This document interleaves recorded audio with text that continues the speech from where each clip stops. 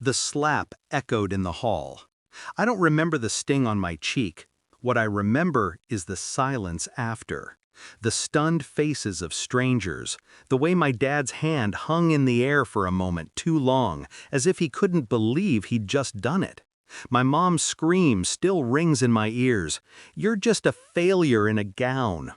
A year's worth of hard work, and they saw nothing but disappointment. I stood there, not a twitch, not a word. The crowd waited for me to break, but I didn't. I didn't have to. It wasn't the first time they'd humiliated me, but it was the last. My dad always had a way of making me feel small. As a kid, I was never enough. Not strong enough, not smart enough, never the son he wanted.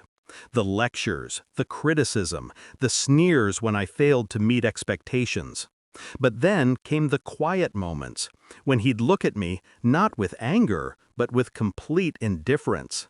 That was the worst, to not matter at all. My mom, she was always his echo, always. When I was 8, I tried to read a book in front of her. She told me it wasn't important. "No one cares about books," she said, "not like they care about money." That's when I understood. Love was conditional. Success was the only currency that mattered. They didn't understand the weight I carried.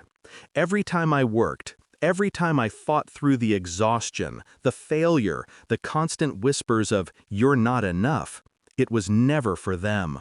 I wasn't trying to prove something to them. I was proving it to myself. Graduation day should have been a victory, but it was just another stage in the long parade of their disappointment. I walked in, a piece of paper dangling from my hand, the one thing they'd never think I'd earn. And they treated it like nothing. "Failure in a gown," she'd said. The words stung. But they also gave me clarity. They had no idea. They had no idea what I had been doing for the last few years. When I left that ceremony, I didn't walk out as their child anymore. I left behind the boy they thought would never be anything. I wasn't going to cry. I wasn't going to shout. I had planned this for too long. While they celebrated their ignorance, I was silent. I went to my room, I locked the door, and I started making calls. People like them don't understand quiet ambition. They don't understand what it takes to climb when no one's watching. But they would. I rebuilt, not in the way they expected. I didn't go to parties. I didn't chase validation. I studied the things they never thought would matter. Business strategies, psychology, the art of influence. I crafted my path in shadows. It took years. Every book I read, every class I took, was a step in their undoing. I knew the moment would come when I would stand face to face with them again.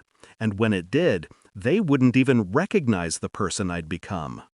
That day came sooner than I expected. The reunion. They invited me, as if nothing had changed. As if I wasn't the same person they had abandoned in every possible way. I hadn't spoken to them in years, but I had stayed informed. They still lived in the same house. My father still ran the same failing business. My mom still threw herself into her social life, pretending nothing was wrong. But I saw the cracks. Their world was falling apart, piece by piece. And I was the one holding the answers. The reunion was at a restaurant they'd rented for the occasion. Everyone was in their finery, flashing smiles, pretending the past was nothing but dust. But it wasn't. It was still there, and it was waiting to surface. When I walked in, they didn't recognize me at first. My hair was cut differently, my eyes clearer, my posture straight. But it was my presence that shifted the air. I didn't say a word to them at first. I let the weight of my silence do the talking. "Look who finally showed up," my dad muttered, his tone low, dismissive. "Still carrying that failure around, huh?" my mom asked. But there was something in her voice, hesitation, a hint of doubt. They couldn't know, but they were about to. I smiled, calm, steady, unwavering. Then I stepped to the front, lifted the folder from my briefcase, and dropped it onto the table. It was my company's latest quarterly report, a report they had no reason to see. They didn't know that I had been building something of my own, from the ground up.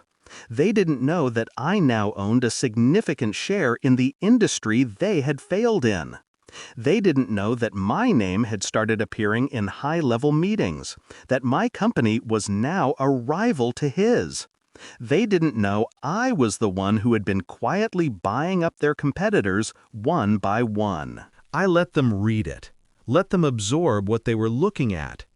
And then, in the coldest voice I could muster, I said, "This is my life now. You may have forgotten me, but I haven't forgotten you." They stared at the numbers, and then at me. My father's hand twitched, like he wanted to reach across the table, slap me again. But he didn't. My mother's eyes filled with something I couldn't name. Maybe it was regret, maybe fear. But there was no apology, no acknowledgement of how wrong they were, just silence. I stood up slowly. "I've got a meeting to attend," I said, walking out of the room without looking back. I left them in that restaurant. Their gazes, their disbelief, their defeat, all of it stayed behind as I walked into my future. In the end, my victory wasn't in the wealth, the company, or the power. It was in leaving them behind, without a word, without a fight, letting the silence speak louder than any revenge could ever shout. They didn't deserve an explanation. They deserved nothing. And I had everything.